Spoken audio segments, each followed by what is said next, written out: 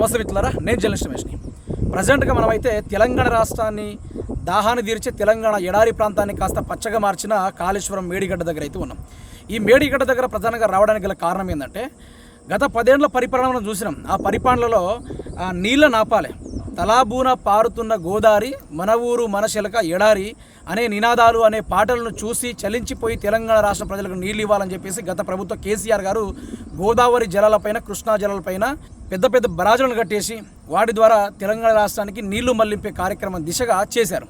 అయితే కేసీఆర్ గారు గోదావరి పైన బరాజులు కట్టి ప్రజలకు నీళ్ళు అందిస్తే, ఎండిపోయిన పొలాలను పొచ్చగా చేస్తే, వలస వెళ్ళిన వ్యవసాయాన్ని కాస్త పండగలా చేస్తే, రేవంత్ రెడ్డి ప్రభుత్వం మాత్రం ఈ కాళేశ్వరాన్ని బాంబు పెట్టి లేపేసిర్రు. తర్వాత ఏం చేసిర్రు? కుంగిపోయింది, కూలిపోయింది, కట్టుడైంది, కూలిపోవుడు కూడా అయిందని చెప్పేసి వాళ్ళు చాలా రకాలుగా మాట్లాడుకున్నారు. ఆ తర్వాత జరిగిన విషయాలు ఏంటిదంటే, ఈ తెలంగాణ రాష్ట్రాన్ని సప్లైమెంట్ చేస్తున్న ఈ యొక్క నీళ్ళని, పంపౌట్ చేస్తున్న, లిఫ్ట్ చేస్తున్న ఈ నీళ్ళని, ఈ యొక్క బరాజ్ని కంప్లీట్గా లేకుండా చేయాలి.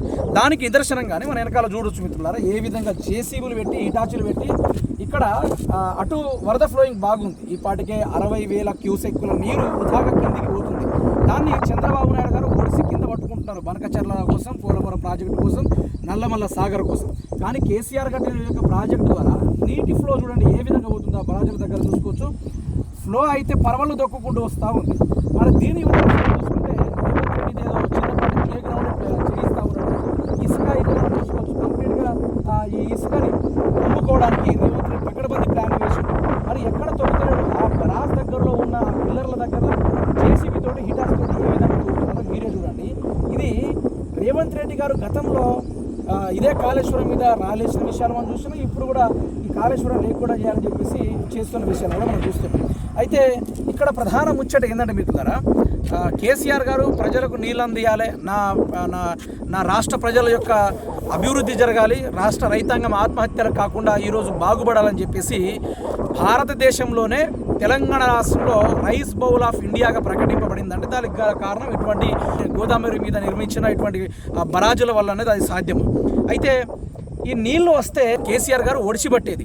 ఈ నీళ్ళను ఆపితే దీనికి ఎగువ ప్రాంతాన లక్ష్మీ పంప్ హౌజులు ఉన్నాయి, దీనికి ఎగువ ప్రాంతాన ఎల్లంపల్లి ప్రాజెక్ట్స్, ఇటువంటి పెద్ద పెద్ద లిఫ్టింగ్, బాహుబలి మోటార్స్ లాంటి లిఫ్టింగ్ పంప్ హౌజులు ఉన్నాయి. వీటి ద్వారా ఎత్తుకొని తెలంగాణ రాష్ట్ర ప్రజలకు నీళ్ళు అందించిన ఎస్ఆర్ఎస్పీ కెనాల్ ద్వారా, రిజర్వాయర్ ద్వారా వాటి నుంచి చెరువులకు నీళ్లు పోయే విధంగా ప్రయత్నాలు జరిగేవి. రేవంత్ రెడ్డి ఎట్లా కాదబ్బా, కేజీఎఫ్ సినిమాలో ఒక సీన్ ఉంటుంది, అధీరా వచ్చి తన హీరోయిన్ లాక్కొని పోతున్నప్పుడు చుట్టూ ఏ విధంగా అయితే మైనింగ్ కోల్స్ ఏవైతే ఉంటాయో ఒక్కసారి నా వెనక మన ముందు చూసుకోవచ్చు మిత్రులారా. మొత్తం కొండలు, రాత్రికి రాత్రి వెలిసిన కొండలు. ఈ కొండలు ఎట్లా ఉన్నాయంటే, ఈ ఒక్క దిబ్బ అమ్మితే చాలు రేవంత్ రెడ్డి యొక్క కుటుంబం ఒక తరం బతకొచ్చు. మళ్ళీ మన సైడ్ ఇటు లెఫ్ట్ సైడ్ చూసుకున్నా కూడా మన లెఫ్ట్ సైడ్ చూసుకోవచ్చు. అదేవిధంగా ఇది కేసీఆర్ గారు ఈ ప్రదేశాల్లో కొత్త ఆఫీసులు ఓపెన్ చేసేసి దీనికి మానిటర్ చేయడానికి ఇక్కడ భవనాలు నిర్మిస్తే, భవనాలకు ఎదురుగా ఇసుక దిబ్బలు, జేసీబీలు, హిటాచీలు, లారీలు, డోజర్లు, అదేవిధంగా కేసీఆర్ గారు మానిటరింగ్ కోసం ఇక్కడ కొందరు ఉపాధి కోసం ఆ భవనాలు కడితే, ఆ భవనాల వల్ల బీహార్ బ్యాచ్ని దింపేసి ఈ ఇసుక తోడే కార్యక్రమాలు గౌరవ ముఖ్యమంత్రి రేవంత్ రెడ్డి గారు చేస్తున్నారు. మరి ఆనాడు పాడుకున్న పాటలు, తలాబున పారుతున్న గోదావరి, మన ఊరు మన శిలక ఎడారి, ఏంటిదండి ఇది?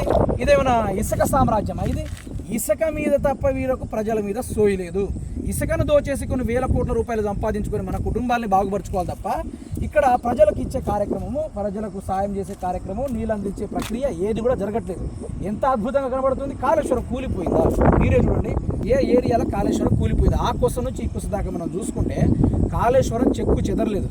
ఇప్పుడు నీళ్ళు ఆపితే దీనివల్ల ఫ్లోయింగ్ ఆగడం వల్ల కొంత లిఫ్ట్ చేసుకుంటే వానాకాలంలో ఎత్తైన ప్రాంతాలకు కూడా, నీళ్ళందరి ప్రాంతాలకు కూడా ఆ యొక్క వాటర్ని సప్లైమెంట్ చేసే విధంగా ఎస్ఆర్ఎస్పీ కెనాల్ అయితే కంప్లీట్గా మనకైతే ఉన్నాయి. ఆ ఎస్ఆర్ఎస్పీ కెనాల్ నుంచి ప్రజలకు నీళ్ళు అందించాల్సింది పోయి రేవంత్ రెడ్డి గారు అందిస్తుంది ఏంది?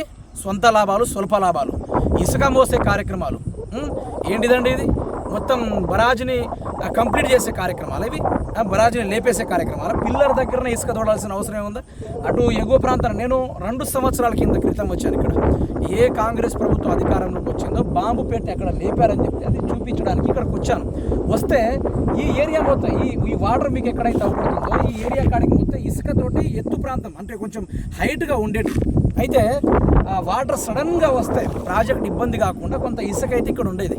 ఆ ఇసుకని ఎండాకాలంలో మొత్తం తోడేసి ఇక మీరు చూడొచ్చు రేవంత్ రెడ్డి గారు రోడ్ నిర్మించారు. లోపటి నుంచి ఎటువంటి రోడ్ అనాలి, కేబుల్ బ్రిడ్జ్, చిన్నపాటి కేబుల్ బ్రిడ్జ్ నిర్మించారు.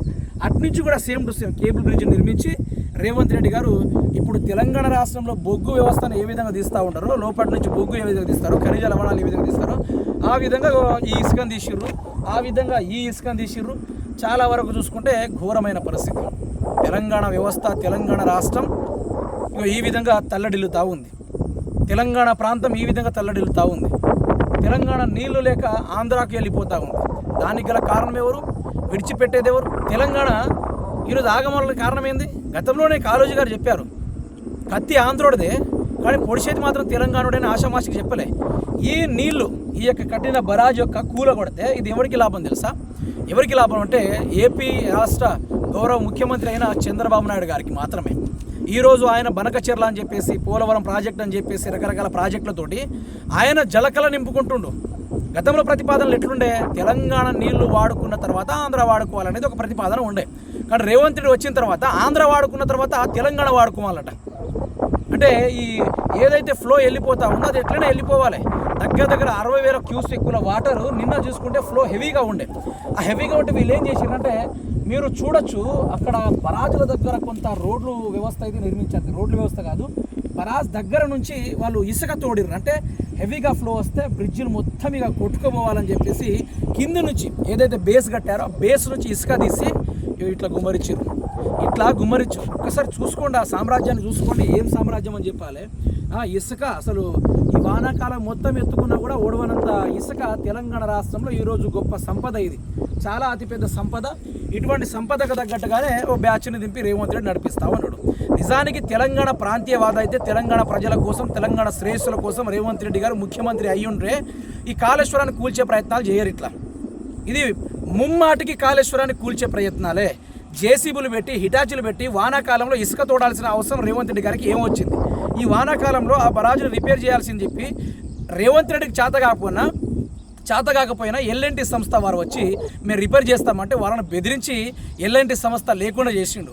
400 కోట్లకు మేము రిపేర్ చేస్తామని చెప్తే 200 కోట్లు తీసుకుపోయి మెస్సీకి తగలబెట్టిండు. కానీ ఇక్కడ గౌరవ రేవంత్ రెడ్డి గారు ఏ పరిస్థితుల్లోనూ ఆ బరాజ్కి సంబంధించిన ఏ కార్యక్రమం కూడా చేయలేదు. ఇప్పుడు దగ్గర రిపేర్ జరగలేదు, ఏది కూడా జరగలేదు. కంప్లీట్గా తెలంగాణ సమాజాన్ని మోసబుచ్చేటట్టుగా కాళేశ్వరం కూలిపోయిందనే డ్రామా జరిగింది తప్ప ఏది కూడా లేదు మిత్రులారా. కంప్లీట్గా చూసుకోవచ్చు, మన పరవళ్ళు దొక్కుకుంటా వస్తూ ఉన్నాయి బ్రహ్మాండంగా. కాళేశ్వరం నీళ్లు కావచ్చు, కాళేశ్వరం చెప్పాలంటే ఆ యొక్క టీఎంసీలో వాటర్లు కావచ్చు, ఎంత కెపాసిటీ స్టోరేజ్ చేసుకునే వాటర్ ఇది. కంప్లీట్గా మనం నీళ్లు తెలంగాణ సమాజానికి అందేటట్టుగా ఉండే ప్రధానమైన ఈ యొక్క దీనినైతే కూలుస్తూ ఉన్నారు. కంప్లీట్గా నీళ్ళు ఆపకుండా ప్రయత్నం చేస్తూ ఉన్నాడు. మనం ఈ జేసీబీలు ఒక్కటి నడుస్తుంటే చూసుకోవచ్చు ఏ విధంగా అయితే మనం ఇక్కడ చూడండి ఏ విధంగా క్లీన్ చేసిర్రో, ఏ విధంగా అయితే ఇక్కడ ఇసుక డంపు చేయాలని చేసి ఏ విధంగా ప్రయత్నాలు చేసిర్రో. అటు రోడ్లు కూడా చూసుకోవచ్చు, ఆ రోడ్డు వ్యవస్థ చూసుకోవచ్చు. లేకుంటే ఇక్కడ వాటర్ ఫ్లోకి మాత్రం కంప్లీట్గా దెబ్బతీసిరనే చెప్పుకోవచ్చు మిత్రులారా. కంప్లీట్గా దెబ్బతీసిరని చెప్పుకోవచ్చు. రాష్ట్ర ప్రభుత్వం యొక్క మేలు కాదు కదా, ఏది కూడా లేదు ఇక్కడ. మనం ఇట్లా కంప్లీట్గా నడుచుకున్న పోతా ఉన్నా కూడా మన ఈ పరిసరాల పరివాహక ప్రాంతాలు కూడా చూడొచ్చు ఏ విధంగా అయితే ఇసుక డంపు చేస్తూ ఉన్నారు, ఏ విధంగా అయితే కాళేశ్వరం చూసుకోవచ్చు. ఇటు కంప్లీట్గా నీళ్లు లేకుండా చేస్తూ ఉన్నారు, నీళ్లు రాకుండా చేస్తూ ఉన్నారు. కంప్లీట్గా ఇసుక తోడే కార్యక్రమాలు జరుగుతుంది తప్ప ఎక్కడ కూడా ప్రజలకు అందే కార్యక్రమం మీరు వెనకాల కూడా చూసుకోవచ్చు. ఇటు కంప్లీట్గా ఏ విధంగా అయితే ఇసుక దిబ్బలు ఏవైతే ఉన్నాయో వాటిని ఏ విధంగా ప్రభుత్వం డంపింగ్ చేసుకుని వానాకాలంలో కూడా డబ్బులు సంపాదించుకోవాలని చెప్పేసి ఏ విధంగా ప్రయత్నం చేస్తున్నారో ఇది కూడా మనం చూస్తూ ఉన్నాం. సో రాష్ట్రానికి అన్యాయం జరిగేటట్టుగా, రాష్ట్రానికి మొత్తం కంప్లీట్గా దెబ్బతీసేటట్టుగా ఈ కాళేశ్వరం నీళ్లు కావచ్చు, కాళేశ్వరానికి సంబంధించిన సంపదన కావచ్చు రేవంత్ రెడ్డి ప్రభుత్వం దోచుకుంటుంది. 10 ఏళ్లలో కేసీఆర్ పరిపాలనలో నీళ్లు, నిధులు, నియామకాలు అనుక్షణమైన ప్రజల్ని ఏ విధంగా చేయాలని ఆయన చేసిండు. కానీ ఇక్కడ ఇది జరగట్లేదు. మొత్తం దోచుకోవాలి, దాచుకోవాలి, ఉన్నదంతా అమ్ముకోవాలని జరుగుతూ ఉంది. కంప్లీట్గా కన్క్లూజన్కి వచ్చేస్తే రేవంత్ రెడ్డి ప్రభుత్వం కాళేశ్వరాన్ని కూల్చడానికి, మేడిగడ్డను కూల్చడానికి ప్రధానంగా ప్లాను ఇక్కడ జేసీబీలతో తవ్వే కార్యక్రమాలు మనం బరాబర్గా గుర్తించుకోవచ్చు, చూసుకోవచ్చు కూడా.